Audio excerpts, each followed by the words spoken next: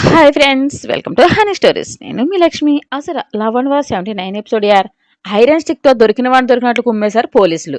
వాళ్ళ అరుపులు ఆ ప్రదేశం అంతా ప్రతిధ్వనించాయి. పాకెట్లో హ్యాండ్స్ పెట్టుకుని స్టైల్గా నడుచుకుంటూ కింద పడి దొర్లుతూ రక్తాలు కారుతున్న లీడర్ గారి దగ్గరకు వెళ్ళి షూకాల్తో ఫేస్ని అటు ఇటు తిప్పి, అబ్బే ఈ పందిగడి కోటింగ్ సరిపోలేదు గాయస్, కాస్త చేతుల్లో సత్తు తెచ్చుకోండి, మన పోలీస్ దెబ్బ అంటే ఎలా ఉండాలి మరి, మినిమం 1 ఇయర్ తినడానికి కడుక్కోవడానికి కూడా సహకరించకూడదు, ఆ రేంజ్లో ఉండాలి అన్నాడు వరుణ్.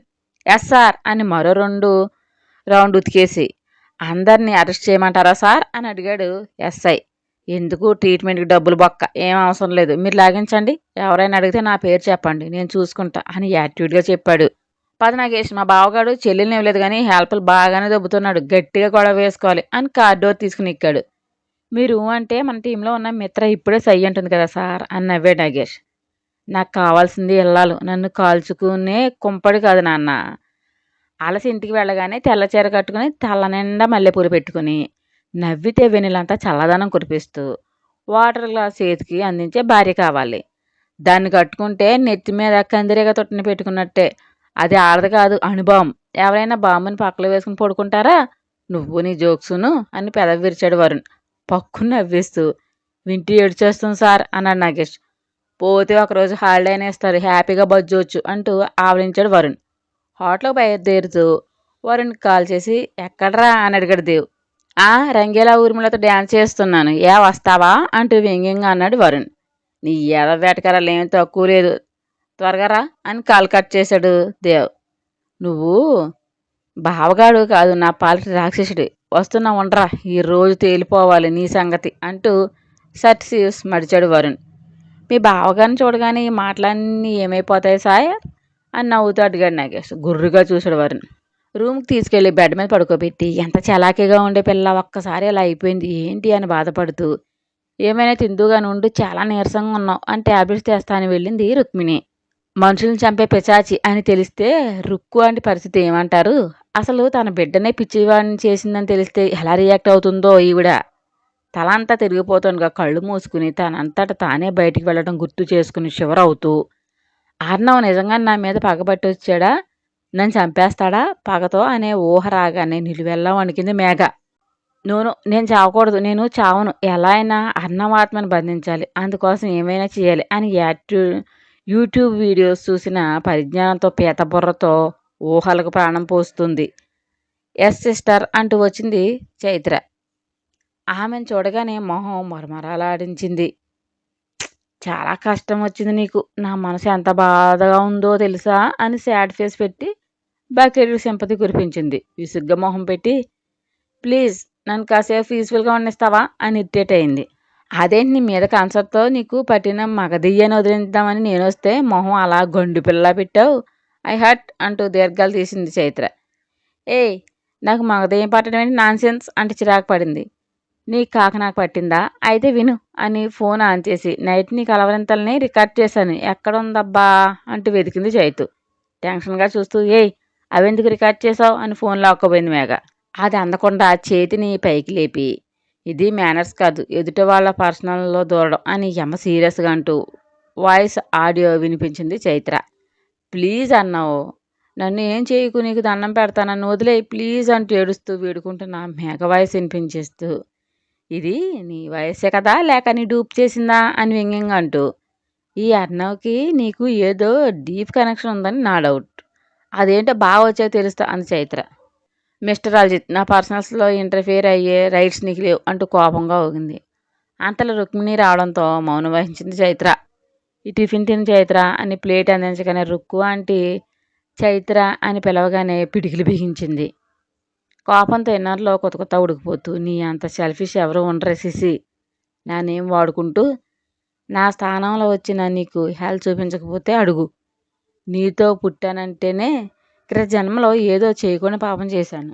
అమ్మా సాంబవి, ఏంటమ్మా నాకు ఈ విషం పరీక్ష, నేనేం పాపం చేశాను, రూపాలు ఒకటవన నా తప్ప, నేను కావాలని తెచ్చిపెట్టుకునేది కాదు కదా, మనుషుల్ని చంపే రాక్షసి రూపంలో నేను ఉన్నానంటే నా మీద నాకే అవగింపు కలుగుతుంది అని లోపల బాధపడింది. ట్యాబ్లెట్స్ వేసుకుని థ్యాంక్స్ ఆంటీ అని మేఘ అనగానే చురుగ్గా చూస్తూ, తన కన్నబిడ్డ నాశనం చేయాలనుకున్న ఈరోజు అన్నపూర్ణలా నీ ఆకలి తీర్చిందే ఈ తల్లి సిగ్గులేందాన అని కసిగా పళ్ళు కొరుక్కుంటూ ఆంటీ అని సౌమ్యంగా పిలిచి, మీలాంటి వాళ్ళు ఇంకా ఈ భూమి మీద ఉన్నందుకే భూమి పాపభారాన్ని మోస్తుందేమో అని హక్ చేసుకుంది చైత్ర. ఏమైంది నాన్న, ఎందుకు అంత ఎమోషనల్ అవుతున్నావు అని విని నిమిరింది రుక్మిణి.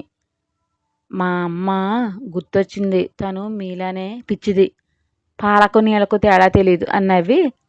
సిస్టర్కి పట్టిన ఆత్మని వదిలించకపోతే చాలా డేంజర్ ఆంటీ. పాపం చూడండి, ఒక రోజుకి ఎలా పిచ్చిదానిలో అయిపోయిందో. ఇంకో 2 days ఉంటే రక్తం అంతా ఆత్మ పీల్చేసి ప్రాణాలు తీసేస్తుంది అని భయపెట్టింది. ఏమంటున్నావు నాన్న అని ఆందోళనగా అడిగింది రుక్మిణి. నిజమా ఆంటీ, మా పంజేబులకు ఇలాంటి ఆత్మల కోసం బాగా తెలుసు. మా ఊళ్ళో ఇలాగే ఒక అమ్మాయి ప్రాణం పోయింది. పాపం సిస్టర్ కూడా అలా అయితే బాధ అని ఆలోచించండి అంటూ నైస్గా భయం అనే రాడ్ దింపింది మేఘ మనసులోకి చైత్ర. అత్తయ్య కూడా లేచే పరిస్థితులు లేరు, ఇప్పుడు ఏం చేయాలి అని టెన్షన్ పడింది రుక్మిణి. విదురుబోకి తెలిసిన ఒక భూత వైద్యుడు ఉన్నాడంట, బ్రోతో చెప్తే తీసుకొస్తాడేమో, అది మీరే చెప్పాలి మరి. నోను, అలాంటివి నాకు వద్దు అని వణికింది మేఘ. తప్పదు చైత్ర, గాలి ఎలా ఆహించిందో నిన్ను ప్రాణాల మీదకి వస్తే అత్తయ్య మీ వాళ్లకు ఏం సమాధానం చెప్తారు చెప్పు. పోనీ మీ అమ్మా నాన్న పిలుస్తాను, ఫోన్ నెంబర్ ఇవ్వు, నీకు ధైర్యంగా ఉంటుంది అని లాలనగా అంది రుక్మిణి. సచ్చింది గొర్రె, ఇప్పుడు కాదు అనేవి అని ఇన్నర్లో కన్నింగ్గా అనుకుని పైకి అమాయకంగా మొహం పెట్టి, అవును సిస్టర్ మీ పేరెంట్స్ని పిలువు, ఇలాంటి సమయంలో అమ్మకంటే ఓదార్పు ఎవరు అంది. ఏం అవసరం లేదు, అమ్మకంటే ఎక్కువైన రుక్మిణి అంటే ఉన్నారు, మీరు ఏం చెప్పినా చేస్తా అంటూ చేతులు పట్టుకుంది మేఘ.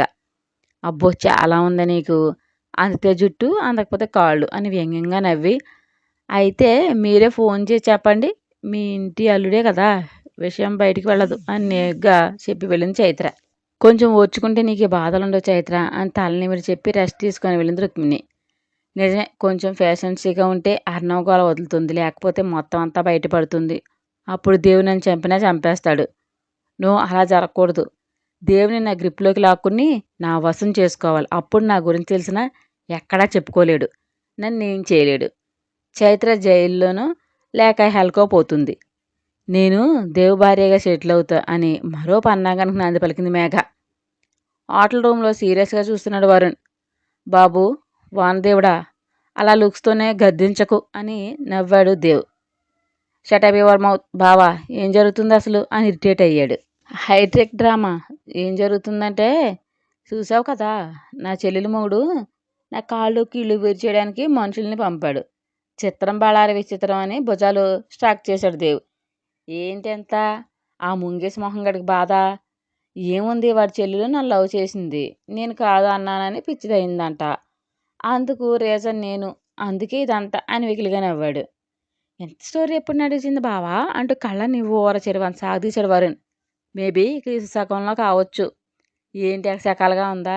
ఏహా, నాకే తెలియదు ఎప్పుడు జరిగిందని, నన్ను అడిగితే నేనేం చెబుతాను, అది నన్ను ప్రేమించిందని నేను ఇష్టపడాలనే రూల్ ఏమైనా ఉందా, దాన్ని గుడ్డు సాగుగా చూపిస్తున్నాడు ఆ రోగ్ అని కోపంతో అన్నాడు దేవ్. వాడి చెల్లెలు నిన్ను ఎప్పుడు కలిసింది, అబ్రాడ్లో ఎంఎస్సీ చేసినప్పుడా? హా అవును, నేను ఫైనల్లో ఉండగా అదే కాలేజీలో జూనియర్గా జాయిన్ అయింది. మన అనేవాళ్ళు పైగా ఆడపిల్ల అంటే కన్సర్ చూపిస్తాం కదా, అలాగే చూపించాను. తన ఫ్యామిలీ డీటెయిల్స్ ఏమీ నాకు తెలియదు అప్పుడు. స్టడీలో చిన్న చిన్న హెల్ప్ చేసేవాడిని, అదే నేను చేసిన మిస్టేక్. ఒక ఫైనల్ డే వచ్చి రోజిచ్చి ఐ లవ్ యూ అంది. అంటే అంటే ఏముంది, నాకు సర్రును కాలింది, లాగా ఒకటి పీకాను, మరోసారి నాకు కనిపిస్తే మొహం రోడ్ కేసు పామేస్తా అన్నాను, ఏడ్చుకుంటూ పోయింది. దానికే పిచ్చిదైపోయిందా, ఓ గాడ్ అంటూ షాకింగ్ ఎక్స్ప్రెషన్స్ ఇచ్చాడు వారు. ఎంత బుర్ర తక్కువ ఎదవి, సిబిఐలోకి ఎలా తీసుకున్నారా అని ఏకాదిగా చూశాడు దేవ్.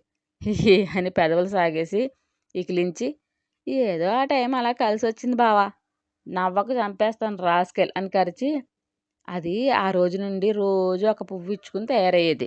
నేను కేర్ చేయలేదు. నా క్లాస్మేట్ మెర్సీ నాతో చాలా ఫ్రెండ్లీగా ఉండేది. ఒకరోజు ఏదో జోక్ చెప్పి నవ్వుతూ నన్ను సరదాగా కొట్టింది. అది చూసిన పాప తన చెంపలు పగలగొట్టేసి నానా హంగామా చేసింది, పెద్ద ఇష్యూ కూడా అయ్యింది. అబ్బో, పొసెసివ్నెస్ చాలా ఉందన్నమాట. మంచి ఇంట్రెస్టింగ్గా ఉంది బావా నీ లవ్ స్టోరీ. ఏంటి ఎటకారంగా ఉందా? అక్కడ లవ్ ఎక్కడుందిరా, జస్ట్ అట్రాక్ట్ అంతే. ఏదో చూడడానికి బాగున్నాను, లవ్ చేస్తే తప్పేంటి అనుకుందే తప్ప నా ఏజ్‌కి లవ్ ఏంటి? నాది ప్రేమేనా అన్న ఆలోచన లేదు. ఏదైనా ముందు కళ్ళకే నచ్చుతుంది. కాదు అనను. బట్ మన మనసు స్పందిస్తుంది. వాళ్ళని చూడగానే అనే ఫీలింగ్ కలుగుతుంది. వాళ్ళ కోసం ఏమైనా చేయాలి. ఎంతైనా తగ్గాలి అనిపిస్తుంది. అలా నాకు చైతుని చూడగానే కలిగింది. చాలా ప్రపోజల్స్ వచ్చాయి. ఎప్పుడు ఎక్కడ స్పందించిన నా మనసు ఒక చైతుని చూసినప్పుడు మాత్రమే కలిగిందంటే అది నాది. నా సొంతం అనుకున్నాను. అది కాబట్టే ప్రేమించాను. నిధి మీద నాకు ఎలాంటి ఫీలింగ్ లేదు. ప్రేమించంటే ఎలా? హౌ? ఆ ఇన్సిడెంట్స్ వల్ల ఏదైనా ఎఫెక్ట్ అయిందా? సూసైడ్ లాంటివి చేసుకుందా? ఆ రోజు తన మీద చాలా సీరియస్ అయ్యానురా! అప్పటికి నాకు ఫైనల్ ఎగ్జామ్స్ స్టార్ట్ అవుతున్నాయి. అనవసరం డిస్టర్బ్ ఎందుకని ఇక తన కోసం ఆలోచించలేదు. లాస్ట్ డే వచ్చింది మళ్ళీ. నేను మంచిగానే మాట్లాడా. బాగా చదువుకోమని చెప్పాను. ఏడుస్తూ నేను లేకపోతే తను బతకలేనని, చచ్చిపోతా అని ఏవేవో పిచ్చిగా వాగింది. ఆమె మాటలు నాకు ఇరిటేట్ వచ్చింది. అందుకే నీకు నచ్చింది చేసుకో లైఫ్‌లో మళ్ళీ నాకు కనిపించకు అని వచ్చేసాను. తర్వాత ఏం జరిగిందో నాకు తెలీదు. రీసెంట్‌గా వాడి దురద ఏంటని లయ మ్యారేజ్ అయ్యాక అరలాగితే తెలిసింది. సూసైడ్ అటెంప్ట్ చేసుకుందని, హెడ్‌కి బలమైన గాయం అయ్యి మతి చలించిందని, కర్ణుడి చావుకి 1,00,000 కారణాలంట. అలా ఉందిగో ఇది కూడా. తన సిస్టర్ నా వల్ల పిచ్చిదయిపోయిందనే అపోహతో గోముఖ వ్యాఘ్రంలా మారి, స్నేహమనే ముసుగు వేసుకుని సమయం కోసం కాచు కూర్చున్నాడు. వేద్ చంచల మనస్తత్వం నీకు తెలుసు కదా! అదే వాడికి ప్లస్ అయింది. దాన్ని యూజ్ చేసుకుని ఆర్నవ్ ద్వారా వాడి గర్ల్ ఫ్రెండ్‌ని ఫస్ట్ ఆఫీస్‌లో ఎంటర్ చేశాడు. నెక్స్ట్ వాడి లైఫ్‌లోకి స్లో పాయిజన్ డ్రగ్ ఇచ్చింది అది. ఈ యాక్సిడెంట్ అయినప్పుడు ఏం జరిగిందో తెలీదు. ఏదో చూసాడు వేద్ అదే నాకు తెలీదు. డాక్టర్ ద్వారా పవర్ షాక్ ఇప్పించాడు. ఏవేవో చేసి సక్సెస్ అయ్యాడని చెప్పొచ్చు. చిన్నగా నవ్వి, అదంతా తాత్కాలిక సంతోషమే బావ. నిజం నిప్పుల్లాంటిది ఒకటే. ఎన్నో రోజులు మరుగున చేయలేరు. ఫేస్ టు ఫేస్ తలబడి, నీకంటే తను తెలివైనవాడు అనిపించుకోవాలని లయతో పెళ్లి డ్రామా తెరతీశాడు జీఎన్. Am I right? చాలా విసుగు పుడుతుంది వరు. ఏంటి లైఫ్ అంటే అన్ని ప్రాబ్లమ్సే. నా దరిద్రానికి తోడు నేను లవ్ చేసిన చైతు అక్కే ఈ డ్రామా కీల్ రోల్ పోషిస్తుంది. ఇప్పుడు నా భార్య అలా వేషం మార్చుకుని సరాసరి ఇంటికే వచ్చి నానా హంగామా చేస్తుంది. వేద్ కోసం ఓర్చుకుంటుంటే వాడేమో అబద్ధాన్ని 100 సార్లు చెబితే నిజమని ఎలా ట్రస్ట్ చేస్తారో సేమ్ అదే సిచ్యువేషన్‌లో ఉండి వెళ్ళి దుబాయ్‌లో కూర్చున్నాడు. ఫోన్ చేస్తే రెస్పాండ్ అవ్వడు అని విసుగు ప్రదర్శించాడు దేవ్. వేద్ ఫోన్‌కి కూడా రెస్పాండ్ అవ్వడం లేదంటే నీకు అర్థం కాలేదా? ఇందులో జయంతి హ్యాండ్ ఉంది. అంత సడన్‌గా దుబాయ్ ఎందుకు వెళ్తాడు? వేద్ దుబాయ్‌లో లేడు. ఇండియాలోనే ఉన్నాడు బావ. కావాలనే హైడ్ అయ్యాడు. చాలా ప్లానింగ్‌లో ఉన్నారు అందరూ కూడా. శత్రువుకి శత్రువు మిత్రుడు అంటారు. అలా మిత్రులయ్యారు అన్నాడు వరుణ్. నైట్ భూత వైద్యుడిని వెంట పెట్టుకుని వచ్చాడు విధుర్. తను చెన్నై వెళ్ళాలి. ఇద్దరు లేకపోతే ఎలా అని వెళ్లకుండా ఉండిపోయాడు. ఆడదైతేనే ఏం అల్లాడిస్తుంది మేఘ. వీడు నిజంగానే భూత వైద్యుడు అంటావా బావ అని గుసగుస అడిగింది జాను. నిజమైన వాడిని నాన్న ఎందుకు తీసుకొస్తాడు? ఏ డ్రామా కంపెనీ క్యాండిడేట్ అయి ఉంటాడు అని మెల్లగా అంది చైత్ర. కళ్ళు మూసుకుని ఏవేవో మంత్రాలు చదువుతూ. ఇంట్లో దుష్టాత్మ ప్రవేశించింది. దాన్ని బంధించకపోతే చాలా నష్టాలు జరుగుతాయి అని గంభీరమైన వాయిస్తో చెప్పాడు. మీకు పుణ్యం ఉంటుంది. ఆ ఆత్మని మీరే ఎలా అయినా బంధించండి అంటే వినయంగా అంది ఊర్మిళ ఆంటీ. భరద్వాజ్ గారికి చాలా అసహనంగా ఉంది అదంతా. కానీ తప్పక భరిస్తున్నారు. కింద కూర్చుని చేతబడి ముగ్గు వేసి ఆమెను తీసుకురండి అని ఆర్డర్ వేశాడు అతను. నేను పిలుచుకువస్తా అని. అవును గురువుగారు, మిమ్మల్ని చూసి ఆత్మ దొడ్డిదారినా కానీ పోదు కదా అని అడిగాడు అల్జిత్. అది మొండాత్మ, అలా పారిపోయే రకం కాదు అని చెప్పాడు. ఓ అవునా, అయితే సరే అని వెళుతూ నిజంగానే మొండిదేమే అని నవ్వుకుంటూ వెళ్ళి సిస్ అనకుండా సిసి అంటూ పిలిచింది చైత్ర. సిసి అని వినిపించగానే ఉలిక్కిపడింది మేఘ. ఏమని పిలిచావు అని కోపంగా అడిగింది. ఏమని పిలవడం ఏంటి, సిస్ అన్న అంటూ అయోమయాన్ని నటించింది. మొహం చిట్లించి చూస్తుంటే నీ అన్నం సాగనంపే మాంత్రికుడు వచ్చాడురా అని బలుపుగా అంది చైతు. హోల్ యువర్ టంగ్, నా అన్నం ఏంటి అని గయమని పడింది. లుక్ మిస్, నీ ఫ్రస్ట్రేషన్ నా మీద చూపించాలని చూస్తే ఇప్పుడు ఈ క్షణమే నిన్ను ఎక్కడ పంపాలో అక్కడ సాగనంపుతా. ఎక్స్ట్రా మని సైలెంట్గా రా అని ఆమె సీరియస్గా చైతు. నీతో నాకెందుకు, నేను ఎవరో తెలిసాక నువ్వే రిగ్రెట్ ఫీల్ అవుతావు అని పొగరుగా తలాగరేసి బెడ్ దిగింది. నేను రిగ్రెట్ ఫీల్ అవుతానంట. విన్నారక్కలు, ఇదే కదా కలికాలం అంటే. స్టోరీ మీకు నచ్చినట్లయితే ఒక లైక్ ఇచ్చి కామెంట్ చేయండి ప్లీజ్. షేర్ అండ్ సబ్స్క్రైబ్ చేయండి బడ్డీస్.